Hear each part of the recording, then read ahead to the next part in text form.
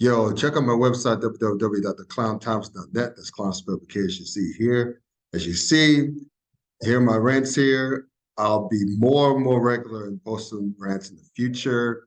You see what I have going on here.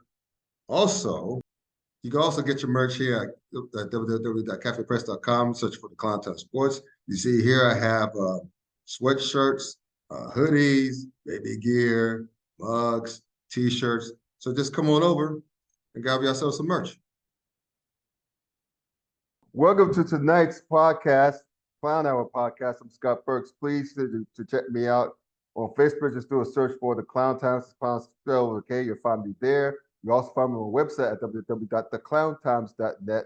And I just made a preview of this weekend's NFL matchup, so feel free to check them out there. So this is week number 3 of the ACC. We missed last week I was busy last week, but I'm back now. And so to join us, again, my good friends from All Sports Discussion, ACC Sports Blog, the one and only Jeff Fann is in the house, back of the house. Jeff, how you doing, sir? Hey, Scott. Glad to be on. Right on, right on. And soon we'll be joined by by Matthew Warner, who's also from the Sports Blog. He's a Virginia Tech grad, and he has a lot to say. So as soon as he jumps in, I'll see the floor to him. So before he joins, let's get a quick rundown of the ACC matchups right quick, like this weekend. Miami versus Florida. This is big for the ACC weekend to me, because not only you have that game, but you also have SMU and TCU, which is the last game in that series for the foreseeable future, which is unfortunate, but it is what it is. So I need for these two guys to win both their matchups because we're doing very bad out of conference against the Power Four. So we desperately need Miami to beat Florida and the SMU's defense to somehow show up against TCU. So what chances do you have? Well, we start with SMU first. What chances give SMU to go into Fort Worth and win the final battle for the Iron Skillet for the last time in the foreseeable future? Yeah, I mean, I'll be honest. I'm not really feeling SMU's chances in this game. Um, I can't get the Baylor loss out of my head, and I Same actually here. think TCU is better on offense with Hoover at quarterback. You saw what they did against North Carolina on Labor Day night. I mean, they just, you know, it looked Mhm. like a 7-on-7 practice. They were Yeah. moving the ball so easy that night. And SMU, I mean, they're not as good. They got Kevin Jennings at quarterback, but they're not as good on defense as they were last year. And the way they just gave that Baylor game away up 14 with 5 or 6 minutes left in the game, and the defense just collapsed. I just don't have a good feeling that they're going to be able to match up with that TCU offense that it is fast. It's hard to deal with. They bring it at you in different ways with the way they can throw it, and I think SMU. It's not that they can't pull a victory out there, but I mean it's definitely going to take by far their best performance of the year. I think to win that game, and I just don't like their chances going into that one. Yeah. Let me ask you this: has any ACC team beat a Big 12 team this season yet? I know we Uh, lost 4 games against them. yeah, Georgia Tech won at That's Colorado. right. That's right. You're exactly right. So that's just one game. Yep. Golly. Gosh. I mean, to your point about TCU, man, they are scary offensively. They made Carolina look like a FCS squad out there. It was just Yeah, they did. embarrassing. Granted, I hate the Tar Heels, so hey, it was somewhere deep down inside I was tickling, but I still it was an embarrassing look to see. It was embarrassing to watch. And to your point, about SMU's defense, they don't have one. Baylor, I don't think Baylor's any world beaters this year. They'll probably win 7 games at the most. And to see them drop a 14-point lead, they dropped 2 14-point leads, 2 14-point leads, At including home. one at home with like the last what you said like 6 minutes and change left, maybe 5 minutes and change left. That's inexcusable. That's inexcusable. And the way they fell asleep in the first half against Missouri State, it was telling. I mean, Yep. people could say that they're probably looking ahead to the TCU game. I just don't think SMU is it this year. I think they have problems. And something tells me that this TCU game, again, the last rivalry game for the foreseeable future, which is a shame. Um, but I think this game is going to get ugly. I think TCU has something to say from last year's matchup when they got blown out the water in Dallas. And it's going to be frightening. It might be frightening to watch because the same TCU offense against that horrible SMU defense. And again, it's a rivalry game. So, and I'm sure Sonny Dykes still mad about being kicked out of the last game. So, matchup from last year. So, it's going to get ugly, I think. But hey, at least it's Miami versus Florida, right? At least on paper, right? Yeah, I think on that one, um, when you got an advantage at quarterback and the rest of the teams, talent-wise might be fairly equal. Um, you, it, well, Miami's more talented, but it's not a huge gap. But where Right. they're much better at is quarterback. I Yes. mean, Not even close. you got Carson Beck is looking like a Heisman candidate, and DJ Lagway is looking like one of the most overrated quarterbacks in the country this side of, Archie Manning. Right. He goes to Baton Rouge to LSU last week, throws 5 interceptions, and some of those didn't. I don't even know if he was where he was looking at. Um, the way I mean that game, you got game day um, there on Saturday, prime time, ABC, and you saw the way Miami showed out against Notre Dame in a great environment. I think they're going to have another really good environment Mm-hmm. for Florida, and I mean they got great receivers. The offensive line is really good. They have those great defensive ends on that side of the ball with Bain, and I mean they're just a really talented national championship caliber football team right now. And Florida, they have some talent.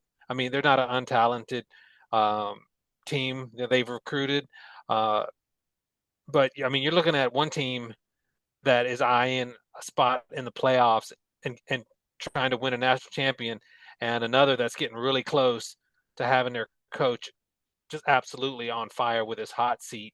You, you Yeah. know, they lose to South Florida at home in the swamp, and we just saw what Miami did to South Florida. I mean, they Yeah. toyed with South Florida. I don't even think Miami played that well. Carson Mm-hmm. Beck threw a couple interceptions. Um, if they'd have been hitting on all cylinders, that might have been 60-10. Yeah. I think that they South Florida caught Miami playing at about 70%, and if Florida catches Miami hitting on all cylinders, I mean I could see like a 38-10 type game, 35 14. I think Miami is ready for this game. I think that some of the stuff that's hurt Miami teams in the past, some of the inconsistency, some of the teams that got really hyped up, won some games, and then got upset. I'm not saying they can't get upset at some point during the Sure. season, Sure. but you know, I don't think Florida has it in them to have that kind of performance to knock off Miami in Coral Gables. I think Miami continues, uh, with another win, this time over an SEC opponent. And I mean, I think in some, if I'm remembering, I don't know, Rich Paul has them like at 6. I mean, they should be in the top 3. I don't know what you're Yeah. watching if you have them at 6. Yeah. Exactly. You know what? Um, the only thing I'm worried about Miami going forward is Mario Cristobal. I'm worried that he will coach him out of game. You know what I'm saying? Like he almost did against Notre Dame near the end of that game when he went so conservative. Yeah, exactly. That's a great point, Scott. That's the only time they've looked sketchy the entire season was those last 6 or 7 minutes against Notre Dame, where Cristobal got super conservative and took the air out of Carson Beck in that passing game, and it Yeah. almost cost them. Yeah.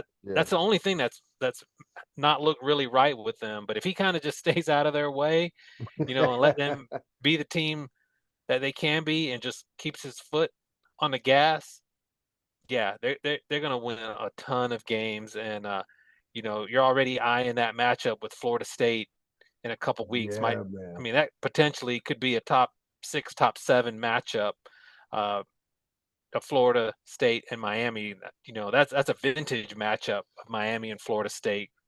Yeah. And this is what John Swafford envisioned years and years and years and years ago Yeah, when he poached Miami from and others from the Big East. He to the point where he originally held the conference championship game in Jacksonville, in the state of Florida, so they wouldn't have much room to travel. But alas, yep.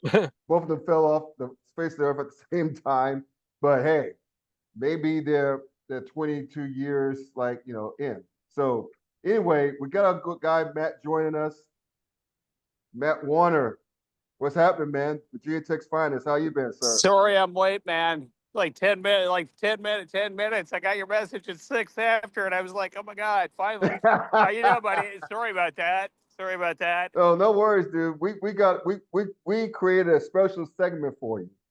And you have an idea what it is, being a I Virginia have an Tech idea alum. what it is. I have an idea what it is, no doubt. Yes, yes, but we'll wrap this first section up first, and we could give your input if you want. But basically, going back to Miami and Florida, here's what I think, fellas. I think if Florida, I don't think if Florida loses, Bill Nipius will be out of a job. I think if Florida gets their asses handed to them, I think he'll be out of a job because the following week is going to be a bye week. And so you know what usually happens during bye weeks when things aren't going well for you? It's like they tend to fire the coach. So I think if this gets ugly as Jeff thinks it will be, as I think it will be, as many other people think it will be, I think it'll be Napier's last stand because I think Florida is too talented to be so undisciplined. And it doesn't help that you have a member of the coaching staff slapping the member of LSU squad in the face and can suspend it. But that's just in of itself the truth. But one last bit before we talk about Virginia Tech and what happened with the fire of Brett Pry. Speaking of Techs, Georgia Tech. How about that? You exercised the Clemson demon, right? You beat Clemson for the first time in how many years? And combined with the fact that you guys beat Georgia, I mean, because I say you guys to Jeff because Jeff is a Georgia Tech alum, that you guys went on the road to beat Colorado. After turning over the ball 3 times in the first half, you guys still walked down Colorado and beat them. You handled your business against Garner Webb when I don't think Haynes King played much, if at all, did he? No, he didn't play at all that game. They had Yeah. Philo, the backup, in that game, and I mean Georgia Tech's got a great situation in their quarterback room. I Yeah. mean, of course, one can't replace Haynes King, but if something were to happen, they got a really capable backup to bring in. Yeah. And just to drive the point home, you guys got Temple this week. That should be an easy win. You ranked them at 18th in the country. I'll be remiss if I didn't mention that. But looking at the rest of your schedule, you're at Wake Forest, you're home against Virginia Tech, you're at Duke, you're home against Syracuse. The toughest game I see on your schedule before the Georgia game is at NC State in week whatever the hell it will be near the end of the season. Because you got at Boston College after that and home against Pitt. Pitt didn't look too hot against West Virginia. They let one get away there. I don't know how good or bad that they'll be. But I say all that to say that this sets up very well for Georgia Tech. And the fact that you guys don't have to play Miami, nor Florida State, nor Louisville, not even SMU, it's looking pretty favorable. And I think if even if you guys lose to Georgia, at the end, you still have, if you take care of business earlier, you still have a great shot at playing in the ACC championship game, which will mean that a guaranteed spot in the college football playoff will be on the line. So this is setting up really good for your Yellow Jackets, man. Yeah, I mean, I know Georgia Tech fans have really lamented in previous years, you know, always having to play Clemson and Georgia each year. Then, there might be a Notre Dame on there or a Tennessee or something like that.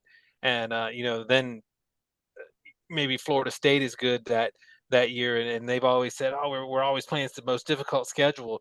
And this year you go on the road, you play a P4 game, and then you finish with Georgia. It's still a challenging schedule, but Sure. they know the opportunity is there. Now that you're in conference play and they play Clemson, I mean the opportunity is there. Like you said, they avoid Miami, they avoid Florida State, they avoid Louisville and SMU, and I do think the game at NC State is the most difficult one remaining. And it could be, I think NC State has really kind of flown under the radar, and CJ Bailey is an emerging star at quarterback, He is. and they always have those great environments in Raleigh, North Carolina. So I do think that's the most difficult game. I think a couple other games, are tricky. I'm still a little bit not sure about Georgia Tech and their pass defense. They're doing a great job of avoiding big plays and keeping things in front.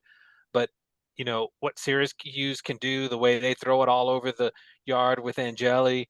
I know Boston College just lost to Stanford in a absolutely shocking loss, but their quarterback can move it around the field, and that one's on the road. But I mean, they will be favored in every game until the end of the season, until Georgia, possibly NC State, might be the one team um, that they would be an underdog to. But I think they'll be favored uh, in just about every one of these games until that Georgia game, and maybe even all of them. So they just have to go. I mean, they're 7-1 against ACC ranked teams, so we know how they can play against top competition. Right. Now they got to prove they can play when they're the hunted, not just the hunter, and the target's on their back now.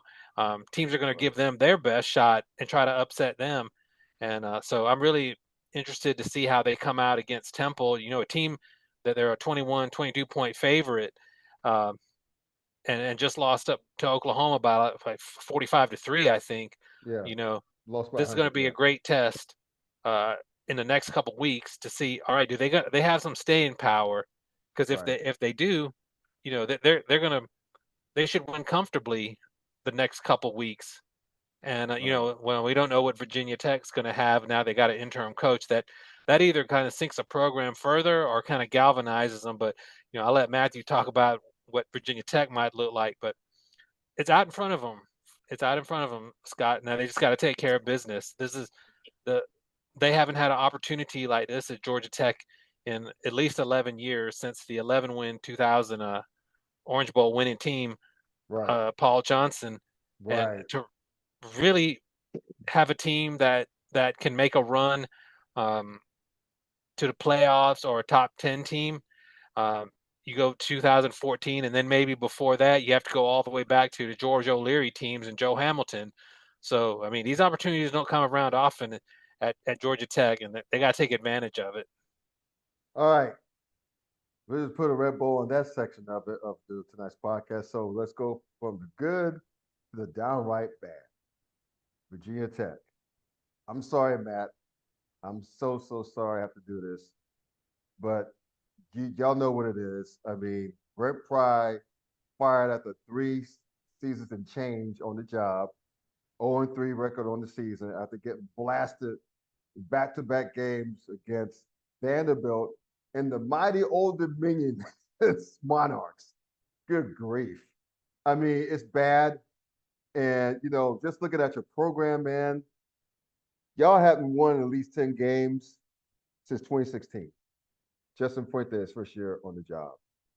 And as a once proud program, dude, is now in the crapper. And I just feel for you guys, Matt. I really do. So we have, how many more minutes we have left in this podcast? We have about 13, 14 more minutes of this podcast. So, Matt, the floor is yours. You can vent if you like. You can just take your time with it. I'm going to turn it over to you. I know you have a lot to say about your delivery. I don't have too much to say. I mean, I think a lot of us knew that. I knew it was coming before the beginning of the season, that his time was basically borrowed, right? I mean, I predicted Virginia Tech to be 5-7. If I'm not mistaken, I may have had the least optimistic prediction in our ACC pool before the season began. There may have been one other person that had them. In fact, our Stanford podcaster had them had Virginia Tech at 4-8, but I had Virginia Tech at 5-7 to start the season, and that they may end up. It's possible the Hokies end up worse than I thought, because Old Dominion was certainly one of those. I didn't have Virginia Tech winning either of the first two games, right? So, but I certainly thought that Virginia Tech would defeat Old Dominion. But when you get outscored 62-0 in two quarters and you look lifeless, you have to take action. And I think Whit Babcock probably took action because he felt the heat coming at him. Mm-hmm. He hired him. At him, right? I mean, you get one. Most ads get once to, you can mess up once, right? When you hire somebody. And I'll be frank with you, most people, I mean, the media thought that,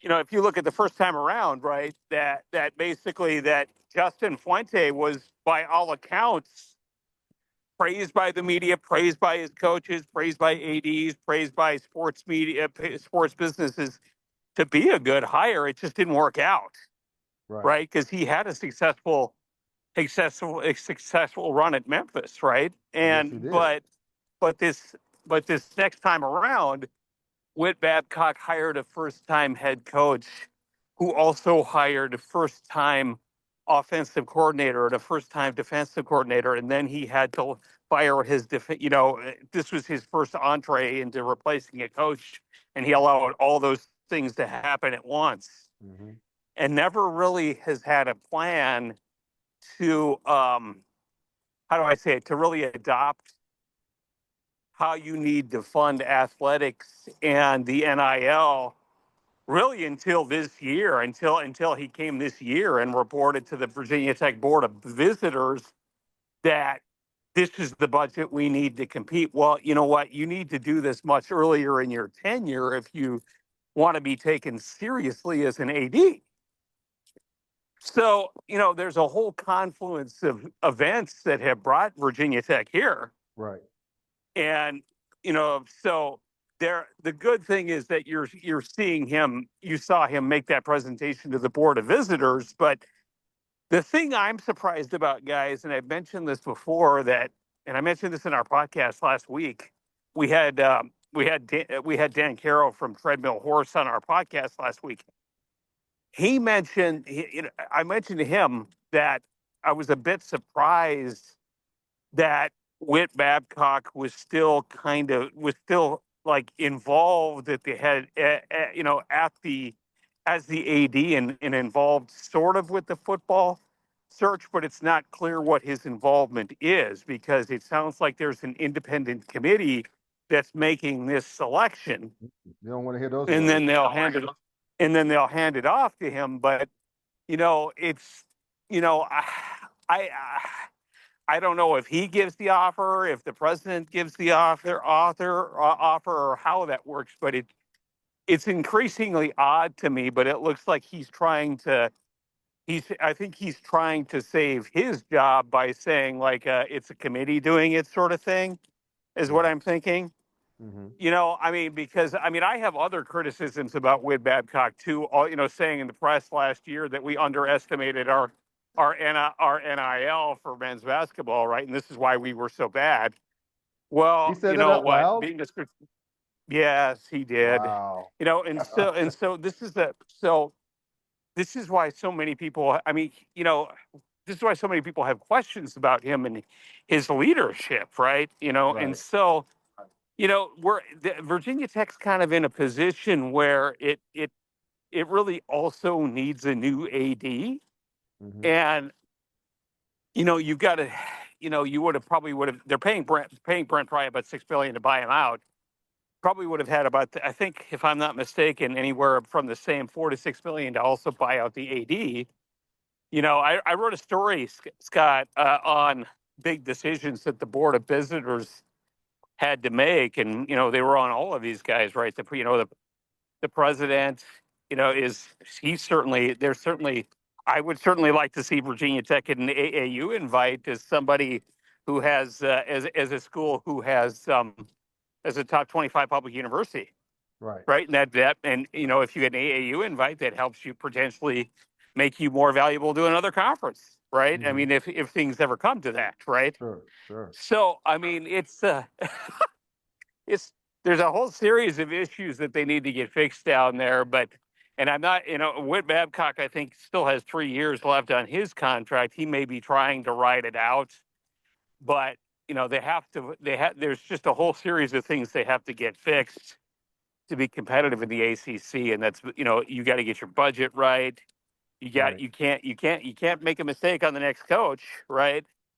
And otherwise that'll cause problems. And you've got to I don't know how much longer people will have confidence in an athletic director. Yeah. So I mean, it's a whole series and confluence of events. Yeah. Well, let me. I'm sorry, that was ranting. No, it's okay. I gave you time. I wanted to give you time early, dude. But I would say this. Let me ask you this, rather. Who do you think? Well, give me two answers. Maybe two answers. Who do you think will be the head coach, or who do you think should be the head coach? I think a lot of people would like Shane Beamer to come back. But and would I he be think coming back though? Huh?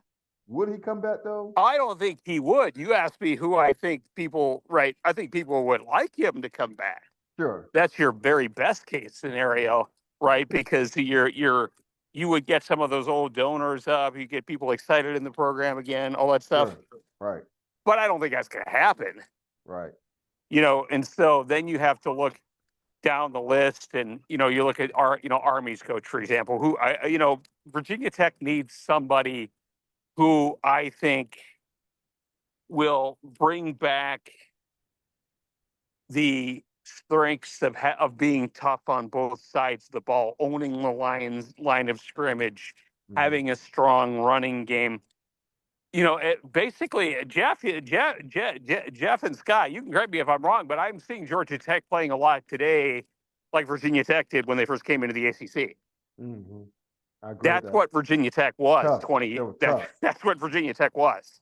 Yeah. And that's what they need to. That's what they need to bring back to Blacksburg. They need to have somebody who can develop players, but they also what they need is to be they need to be competitive in the NIL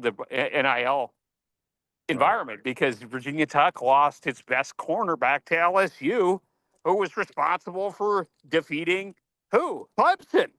Yeah. Earlier this year, right? Right. And so it's a whole confluence of things that needs to change at Virginia Tech, and it's not just the coach, but they need to have a coach who will put really strong discipline on the field, and who also will have some creative offensive plays. Right. And so, if I had to think of somebody, could I do worse than Dan Mullen? I'd love to see Dan Mullen come in. Dan Mullen can develop quarterbacks. We know that, right? I mean, he has a good relationship with quarterbacks. He has coached in rural environments, right? I mean, he's with a former athlete. His athletic director at UNLV was Whit Babcock's associate athletic director. Right.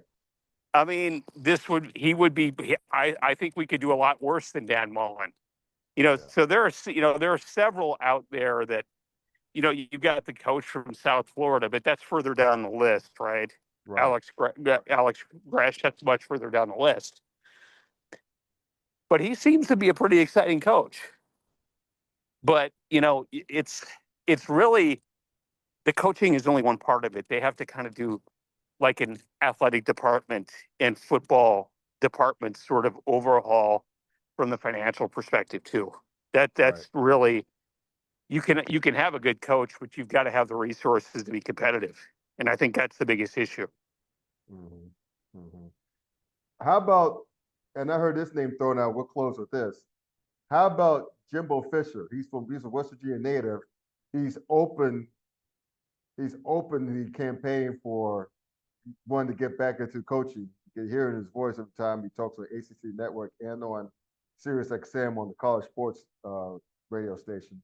What do you think about a name like him?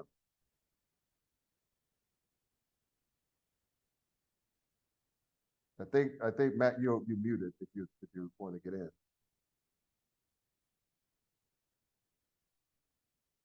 Well, I guess we probably Sorry about that. Sorry about that. Okay. Yeah, accent there, man. Accent. Jimbo Fisher. I don't know. I don't know if we can afford Jimbo Fisher. Hmm. Does that? I don't know if that helps or not. But I mean, he got paid, guys. He got paid. Do you know what his buyout was at Texas A&M? $70+ million. 77 million dollars. Why would you want to? I don't know. It seems like he's just trolling people when he says he wants to coach again.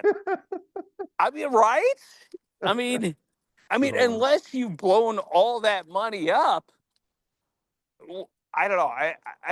I wouldn't think that Virginia Tech could afford him anyway. I mean, if I'm looking for an older coach, I'm probably going with Dan Mullen because he's been able to to coach in those rural environments, like right, Right. like he was at Mississippi State. I have to make sure I keep that track. He was there, right? Mississippi State. Yeah, Mississippi State. Yeah. Before he Yeah, went to yeah. Florida. Yeah. Which is that's not a whole lot different than being in Blacksburg, right? So Right. I mean, you've got to have somebody who can relate to the people and relate to the culture, relate to the people, and I think Dan Mullen can do that. Now, now, I'll be fair. I think if you brought in Dan Mullen, you would have to hook him up with a couple of really young assistant coaches who were go getter recruiters in the DMV. Sure. Like I might even try to get Mike Loxley down there. Mm-hmm. Who's probably not going to last at Maryland, but recruits very well out of the DMV, right? To be an assistant.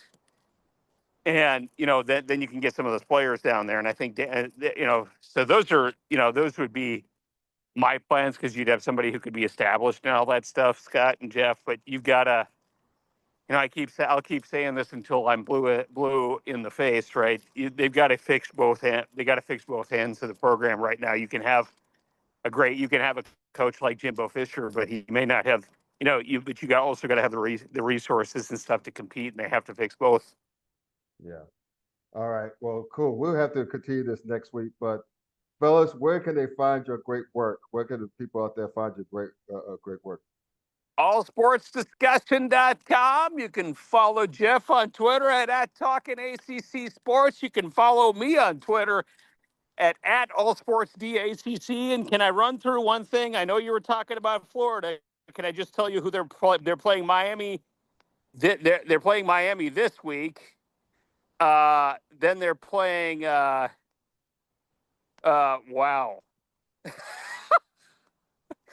Their schedule's ridiculous. They're playing Florida, playing Georgia, playing Mississippi State. They have so many games that they're going to lose. That if they lose next week, that they could end up. They could end up They won't make a bowl for sure.